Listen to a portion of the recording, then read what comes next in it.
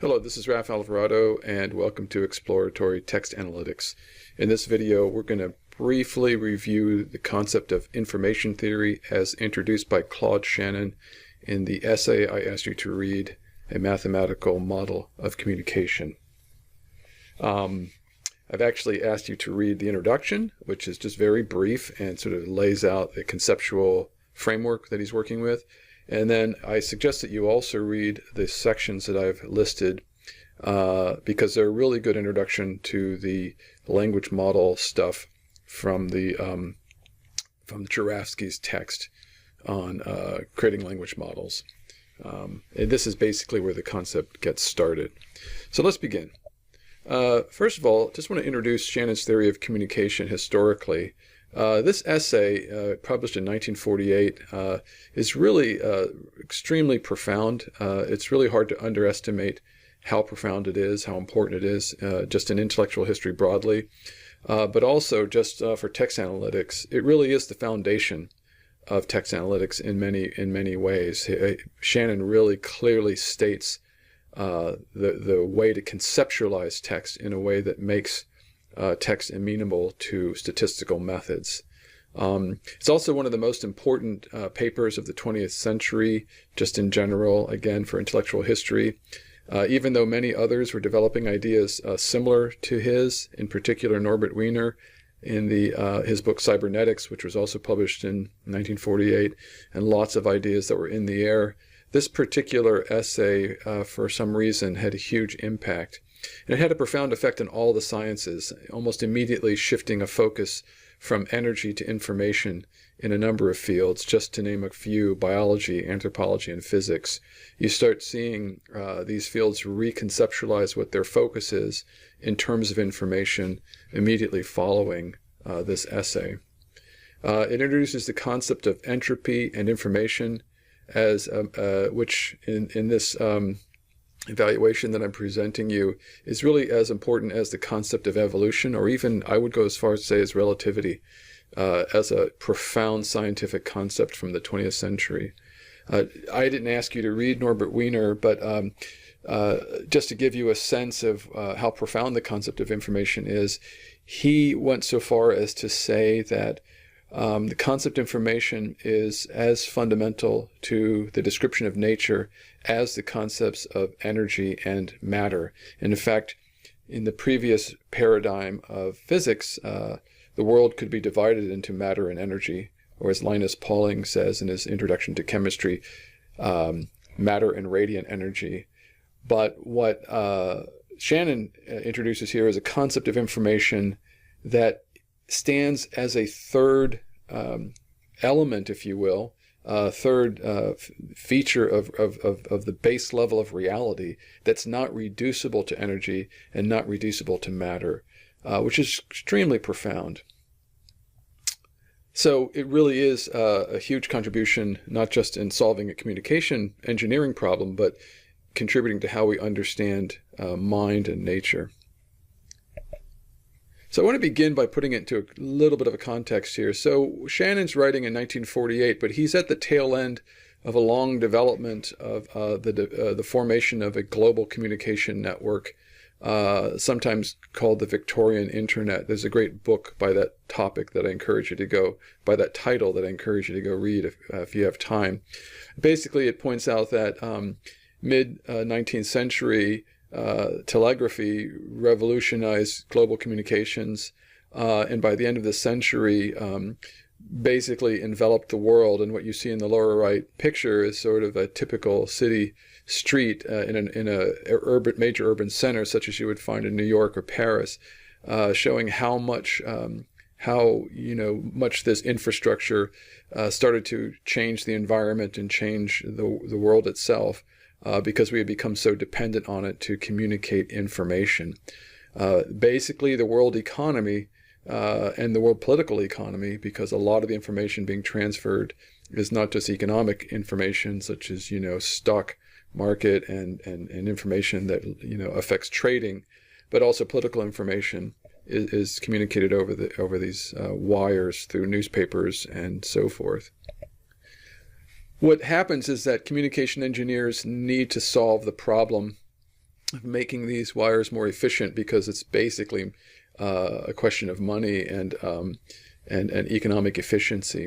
And a number of the questions that they have, can be specified in the following way. And these are problems that didn't have an easy answer. The first is, how can you be sure that when you're sending a message across a long wire across the Atlantic, that the message received is accurate, that it accurately represents the message that was sent?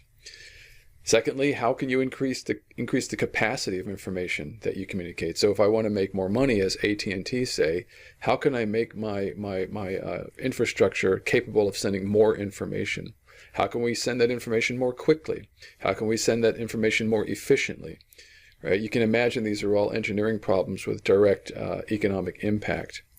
One of the specific issues that affects all the others is this issue of overcoming the corruption of signals introduced by noise in the channel. So this is from a couple of readings I haven't had you look at, but just really obvious sort of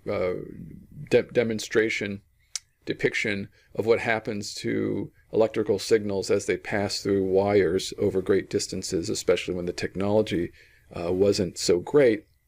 You see here in the top one from Hartley, whose paper in 1929 is one of the antecedents to Shannon's paper. You see that you get a signal sent, a kind of discrete signal at the top, and what you see at the bottom is what might end up on the receiver side. So something has happened during transmission where this signal is corrupted, and you end up with something noisier, something basically that doesn't have as much information in D as there is in A. And so the question is, how do you reduce that, or how do you compensate for it if you can't reduce it? Similarly, in the bottom, Peirce's this is from Peirce's 1961 book on information theory. It's actually this one right here, if you're looking at the camera. Again, you're not asked to read this, but it's just another source. Here he describes the problem pretty saliently, which is that you often are, what often happens is that a discrete message is sent, say that could stand for a character, and what is received is a continuous curve, or the envelope has been completely transformed into one of sharp attack and decay to one of, much less sharp attack and much more gradual decay. And that's obviously a problem because the two are quite different. So in their attempts to solve this problem, engineers were not sure. One of the issues they faced was, whether the content of messages mattered at all. Like, if you're sending a message that has lots of complex language in it versus something that's very simple, even though in retrospect we may be able to distinguish these things more clearly. That is at the because of Shannon. Early on, it wasn't clear that these things could be separated out.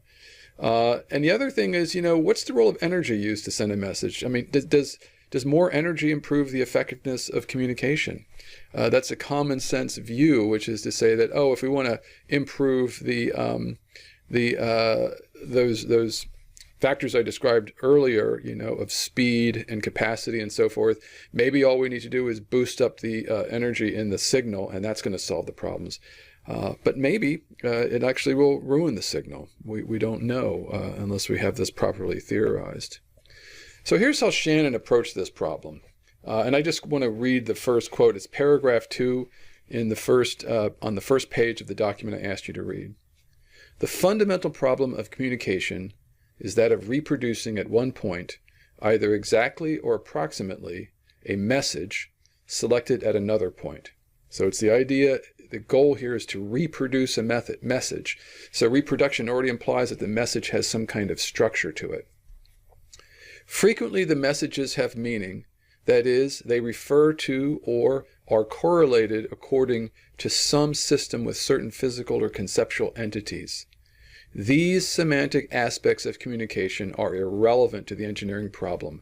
And that is a hugely important idea. where he completely just separates out the issue of communication from meaning, which from an intuitive perspective is really a hard pill to swallow. And it's something that a lot of people have spent a lot of ink trying to figure out and come to grips with. But it's really the fundamental intellectual move that he makes that makes this theory possible. He wants to point out that the significant aspect is that the actual message is one selected from a set of possible messages. The system must be designed to operate for each possible selection, not just the one which will actually be chosen, since this is unknown at the time of design. So he's introducing this notion of a message as one among a set of possible messages. And here I want you to think about the Library of Babel as a background to this, where the Library of Babel is showing you all possible messages. Right? The Library of Babel consists of all possible messages. And it's not that Shannon is asking you to evaluate a book or a message against all possible messages from that library. He's able to reduce the size of that library, as it were, with a concept that he's going to introduce later called entropy. But basically what he's doing here is saying, think about the message as a statistical phenomenon, as an event drawn from a sample space. And so essentially what he's saying here is that the message is an event, and I'm assuming that you all have had basic statistics where you understand what an event is relative to the concept of a sample space. And so he's essentially saying treat the message as a statistical event, and obviously when you're talking about a statistical event, you have to consider the sample space from which the statistical event is drawn.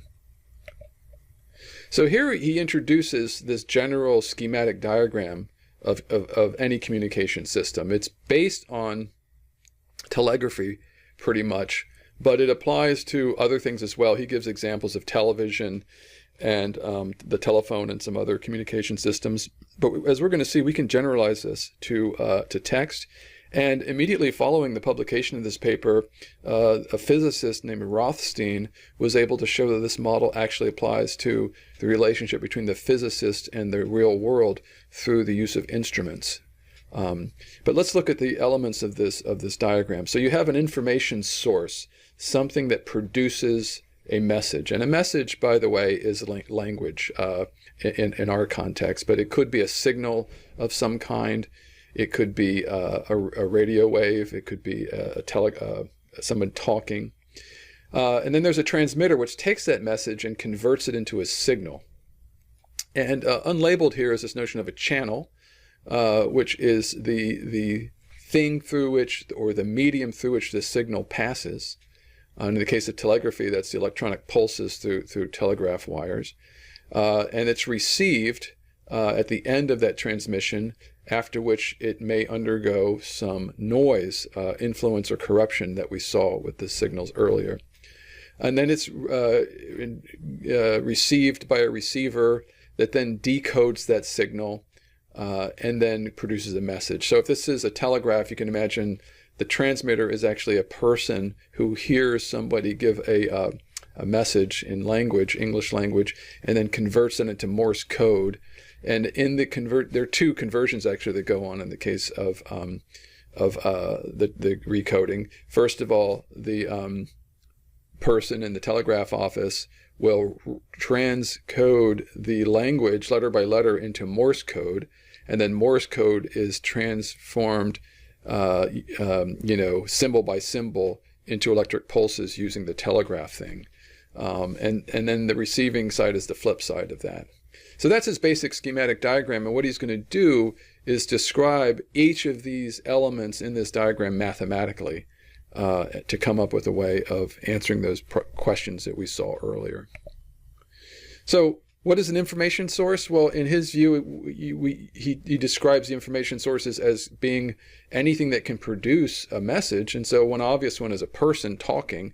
But here's really the one that he's drawing from. As I mentioned, he's talking about telegraphy sort of as his main example. And here I give two examples of telegraphy. The one on the left is Abraham Lincoln sending a telegraph, in which, as a side note, Lincoln is considered to be the telegraph president. He was the first president to really have telegraphy at his disposal, and he used it to great effect to fight the war against the South. And then you have the ticker tape machine sending stock market values over an electrical wire as well, which really was one of the primary uses of the telegraph when it finally got to be used broadly. Here's another example, just building on the metaphor of the tape. This is just an image of a Turing machine, which I hope you all are familiar with.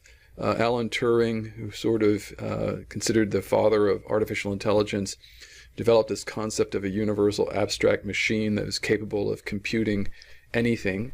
And this machine essentially worked on the principle of adding and subtracting symbols on a tape. And if you look at Shannon, he talks about modeling the information source using a mathematical model, and essentially he's talking about something like this, something that could be expressed like this, where you have internal to that machine a finite state machine with states that's capable of emitting messages. So anything can be an information source, really, if it can produce a signal or produce a message. So let's look at the example of text analytics. Here's how I map on the concepts that we're working with in this course. The source of a message or a text is the author. I don't say here human or machine because I'm really only concerned with human authors, but in a Library of Babel example, we have this question of who is the author. It could be God. I think that's what Borges is talking about. Or it could be some great machine which is capable of generating all possible permutations of text. But there is some author who writes. And what the author produces is discourse. And I leave that ambiguous as to be either speech or written discourse. And that then gets intextualized in writing. Now, in the case of writing, I've tried to make the claim that, sticking with Ricoeur, that speech and writing are both two kinds of speech event, or two ways of producing discourse. And so when I separate out discourse and writing, you have to think about them as being very closely coupled. In the case of a writer, say a writer of a novel. So a writer is thinking and writing at the same time. But in the abstract, there is this notion of a discourse that gets intextualized. And then the writing, what it does is it puts the discourse into a document, as it were, and the document is the signal. In the case of text analytics, documents are the medium of communication of information. And they're subject to noise too. They can be corrupted. There can be problems in the printing process. There can be problems in the storage of the document in the library. Pages can be torn out, water damage, fire damage, and so forth. But at the end of the day, or at the end of the process, if you're going to read a text, you have your received signal. You pull the book off the library shelf, or you go online and look at something on Gutenberg. And then it's your job to do the reading of the text. So you open the book and you are decoding those words or those written signs because you're literate. But in the case of text analytics, we're also doing something else. We're doing text encoding, which might be thought of as text decoding, where we're taking the text that we're reading and we're representing it using our ordered hierarchy of content objects model. We could be encoding using XML and that sort of thing. And at the end of that process, we get a text. And it's that text that we want to read as human beings, or submit to analysis through text analysis using the methods we're going to learn in this class. So you can imagine this communication pipeline being extended to the right, where the pipeline of data science can be substituted. So let's look at some of the elements of this model, and our primary concern is in the source and transmitter, or actually the source and the message. Those are the two main things, is what's the relationship between an information source, which as we've seen could be a human being, or could be a mathematical model, a Turing machine that's generating messages, and the message itself. What kind of vocabulary can we use to describe the relationship between these two things? Well, the first is that the source, as I've said, is a human or machine that generates messages. But the key idea that Shannon wants to focus on is that it is producing messages by selecting symbols from a symbol set, okay, according to some constraints that define the set of all possible messages. So you have these four ideas really here. One is that you have symbols, a finite vocabulary or alphabet of elements that you can select from. So in the case of the Library of Babel, we had 24 alphabetic terms or letters to pick from. And then you have this process of selection of that symbol set to produce a message, which is a sequence of those symbols in the message. And what we introduce here is the key idea, and the way we get away from the Library of Babel is that there are going to be constraints on the selection of those symbols that can be modeled as rules, and I should say and or probabilities, that reduce the number of possible symbols that you can draw from the symbol set at any given time. And this is where we get the key idea that Shannon is focusing on, is that we can model the source of messages statistically. And that's really what the paper is about, is how do we think about statistically modeling the source of information. As I've said, the key idea is the concept of selection. And this is where the concept of information is really developed. So a language source or a message source selects symbols from a symbol set and sequences them to produce a message according to a set of constraints. And therefore, what each symbol in a message represents is a decision. So you can think about, even as I'm talking, for example, imagine if you could parse my speech word by word or even character by character, and you're listening to them and you're somehow able to slow me down and think about the next possible character. You can think about me as an information producing device where the next character or the next word I'm producing is in some sense predictable, or in some sense describable as following a principle of selection. I'm not just, funny as it may seem, I'm not just randomly producing symbols. I'm actually producing something based on an intent to communicate an idea, and therefore there are constraints on what I'm saying.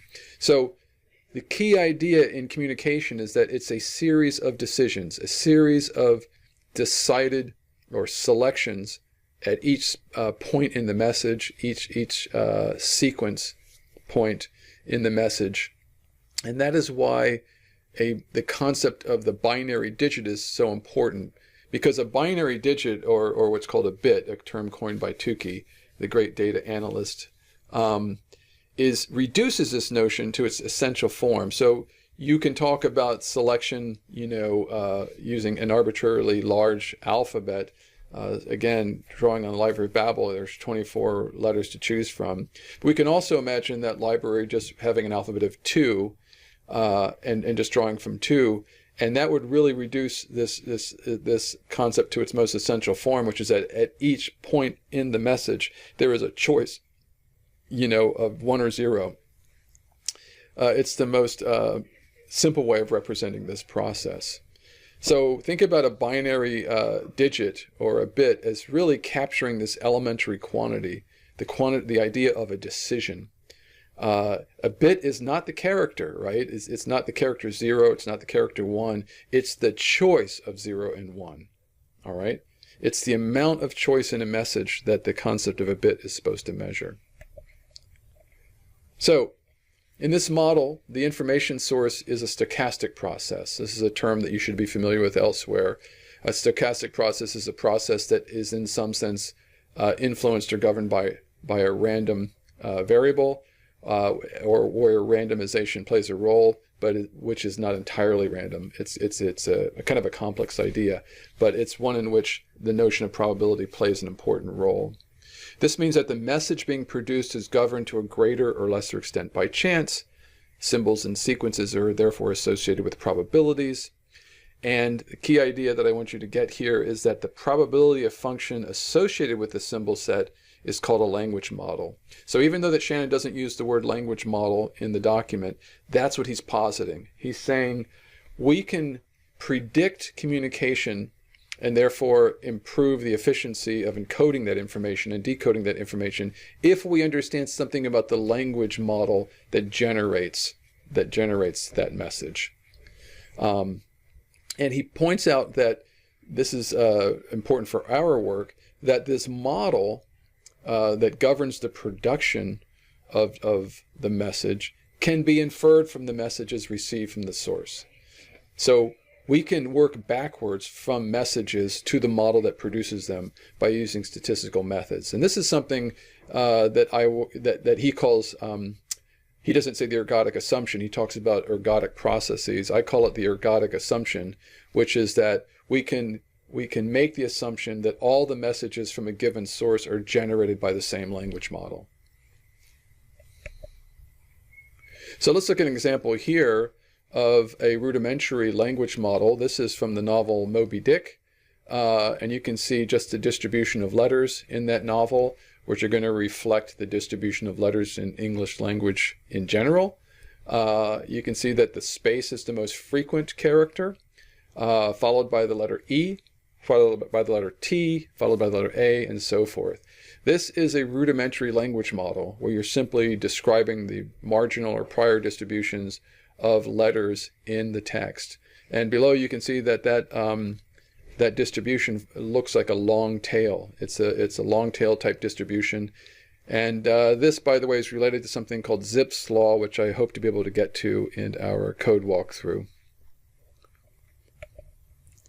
So note that Shannon here reproduces the fundamental division of language that we talked about in the beginning of langue and parole.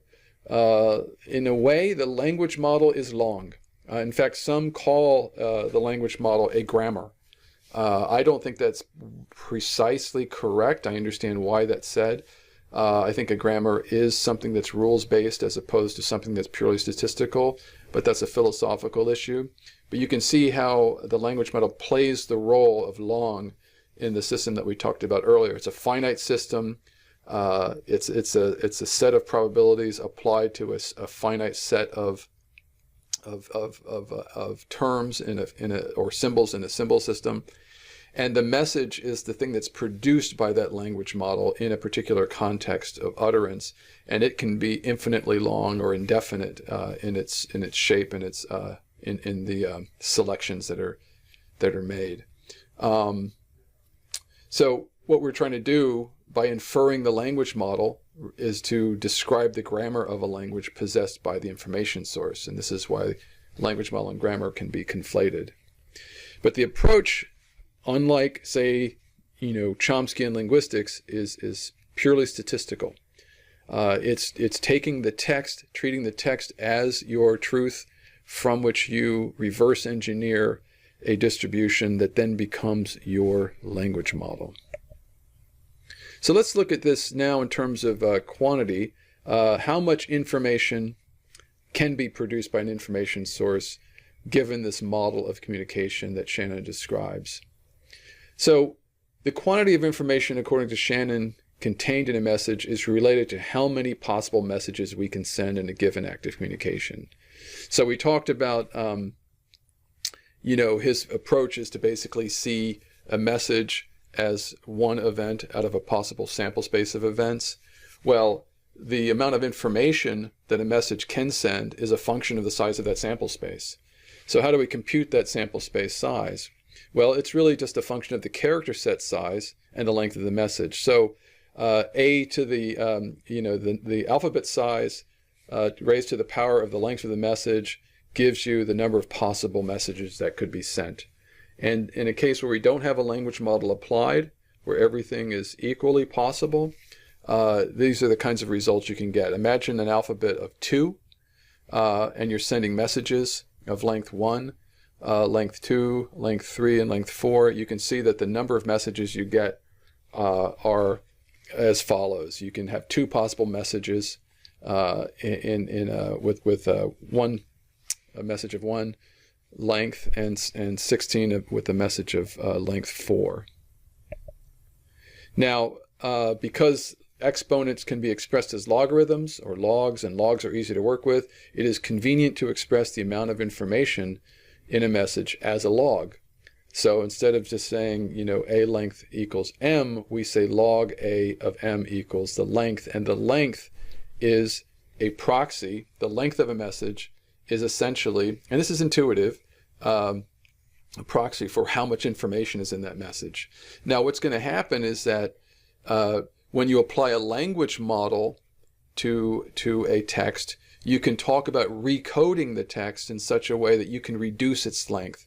For example, in the case of English, we know that the letter A occurs very frequently, as we saw, or the letter E occurs very frequently. So maybe we just want to use a small number of characters to re-encode that character.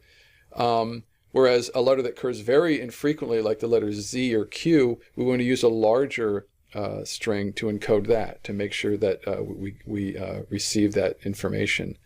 So that the re-encoded length of a message will then be a measure of its total information. I'm jumping ahead there, but keep that in mind in terms of why we're going to length as our measure of information. So in a message of 80 characters with an alphabet of 26, we have this much possible information. 26 to the 80. That's a lot of information. It's not quite Library of Babel size, but it's huge. It's way too big to work with. It turns out that in English, as in all human languages, the actual number of possible sentences is much smaller than this. We do not actually live in a Library of Babel situation. There is a principle of selection that constrains the construction of words as well as the construction of sentences that we make. These constraints limit the number of possible selections that we produce. The measure of how much choice there is in a model is called entropy. And I'm going to stop here and we'll go into entropy in our next video.